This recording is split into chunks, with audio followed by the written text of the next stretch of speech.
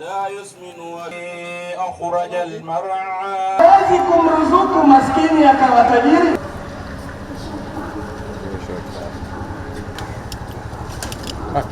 Kutoa mwito kwa Waislamu wote Kenya na dunia nzima.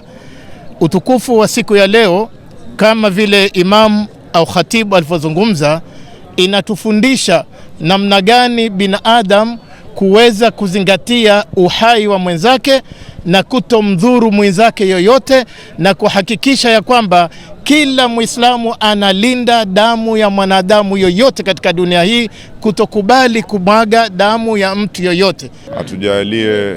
Atujalie uchaguzi wa amani, atujalie kila la kheri na mafanikio katika nchi hii, na tuondolee ubaya ambao wale ambao wanataka kutudhuru.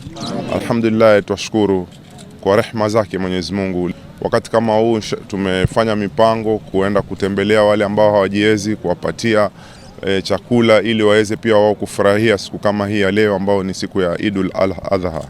Na unajua, ukiombea kiongozi Mwenyezi Mungu umuombei tu ashinde, unamuombea pia awe mwadilifu na akamilishe yale matendo, sio stealth.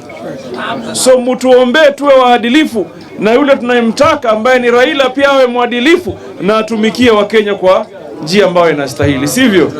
Nawatakia uchaguzi mema, nawatakia uchaguzi wa amani, uchaguzi wa kheri, ambayo itatupatia viongozi ambaye Mungu ametujalia, ambaye wataendesha nchi yetu kwa njia ya usalama na kuleta maendeleo.